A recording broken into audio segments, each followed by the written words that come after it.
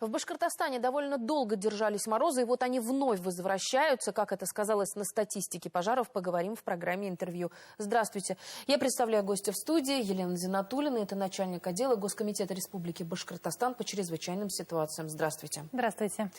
Итак, мы говорим о том, что у нас морозы сначала стояли, потом отступили, вновь они возвращаются. Как это сказывается на статистике?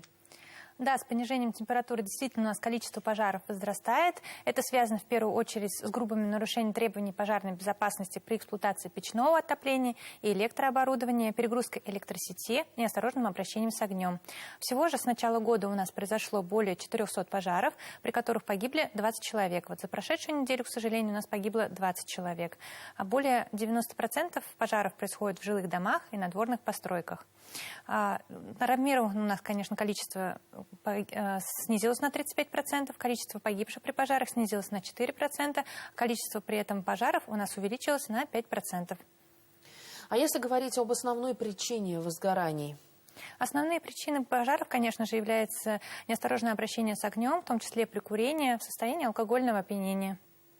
Ну, давайте расскажем о том, как избежать пожаров, какие рекомендации.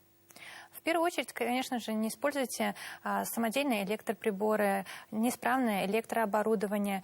Не включайте в одну розетку несколько приборов. Это может привести к перегрузке электропроводки. Если у вас дома есть печка, то нужно проверить, нет ли в ней трещин. Если притопочный лист, нужно обязательно закрывать дверцу, не бросать непотушенные окурки и не курить в помещении. Конечно же, главное правило для родителей – не оставлять своих детей без присмотра. Объяснять им алгоритм действий при пожаре, соблюдать требования пожарной безопасности, чтобы дети видели, потому что родители являются примером для детей в первую очередь. Самое ведь страшное, конечно, когда трагедия происходит по вине самих взрослых. Ну, не каждый взрослый знает, как действовать при пожаре. Несколько слов расскажете на эту тему? В первую очередь, главное правило – это не паниковать, обратиться сразу же в экстренные службы по номерам 101 и 112. Если в помещении не особо сильный дым и возгорание можно потушить самостоятельно, то можно взять тряпку плотную или воду потушить возгорание и при этом закрыть нос влажным полотенцем. Если помещение сильно задымлено, то нужно закрыть дверь, покинуть помещение и вывести в первую очередь, конечно, детей и пожилых граждан. Ну и, конечно же, еще раз повторюсь, детям объяснять этот алгоритм действий, потому что зачастую дети, спасаясь от пожара, они начинают прятаться кто в шкафах, кто под столами, либо под кроватями. Поэтому вот детям в первую очередь нужно объяснить, как действовать при пожаре. Но без электрообогревателей зачастую не обойтись. Вот есть ли какие требования должны быть к этим приборам для того, чтобы избежать трагедии несчастного случая? Ну, самые безопасные электрообогреватели с точки зрения конструктивных особенностей – это масляные электрообогреватели, далее идут спиральные. Но в любом случае обогреватели должны быть качественными, иметь гарантийный талон и сертификат соответствия. Какие еще меры предпринимаются для безопасности людей вот именно сейчас зимой? Что делается для того, чтобы вновь не случилось трагедии?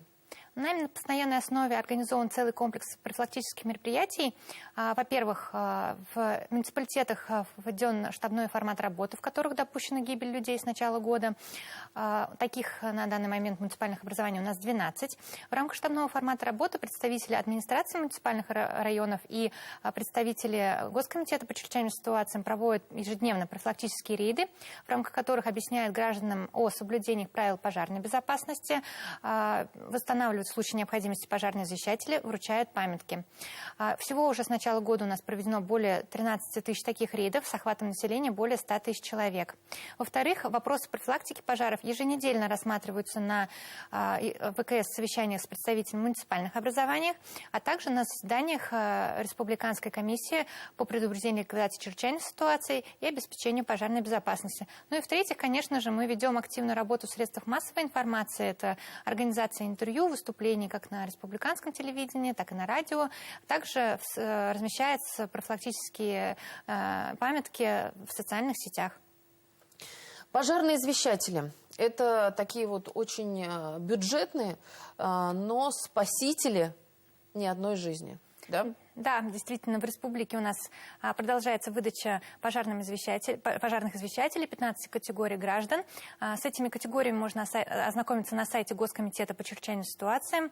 Всего уже у нас с 2016 года выдано более 700 тысяч пожарных извещателей, благодаря которым спасены жизни более 1000 человек, из них 482 ребенка. Вот буквально пару недель назад у нас в Уфимском районе случай был зафиксирован. Мужчина приехал к дочери в гости в жилой дом.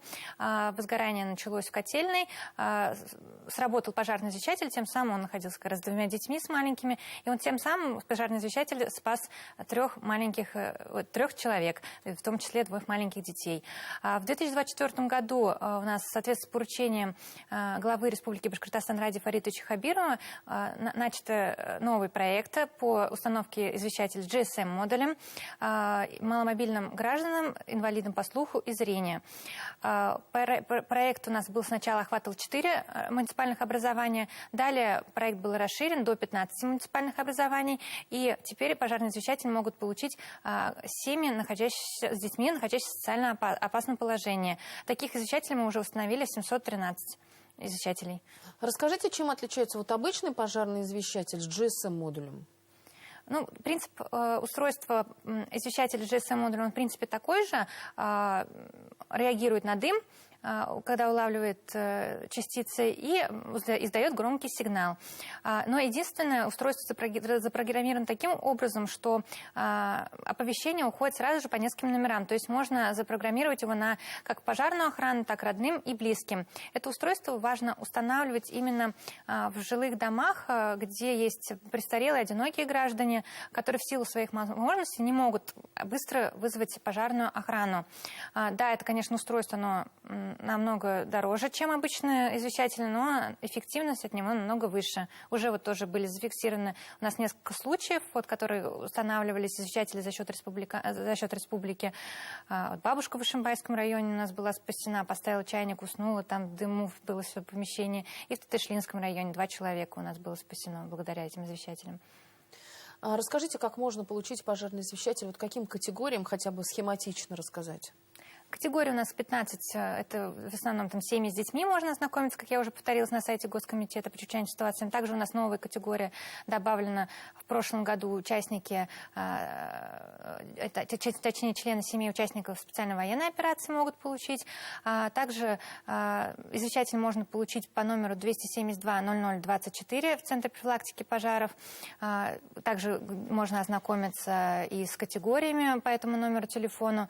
Заявку можно оставить в национальных центрах, на портале республиканском государственных услуг, также через местную администрацию, либо на сайте Госкомитета по чрезвычайным ситуациям в разделе «Обращение граждан».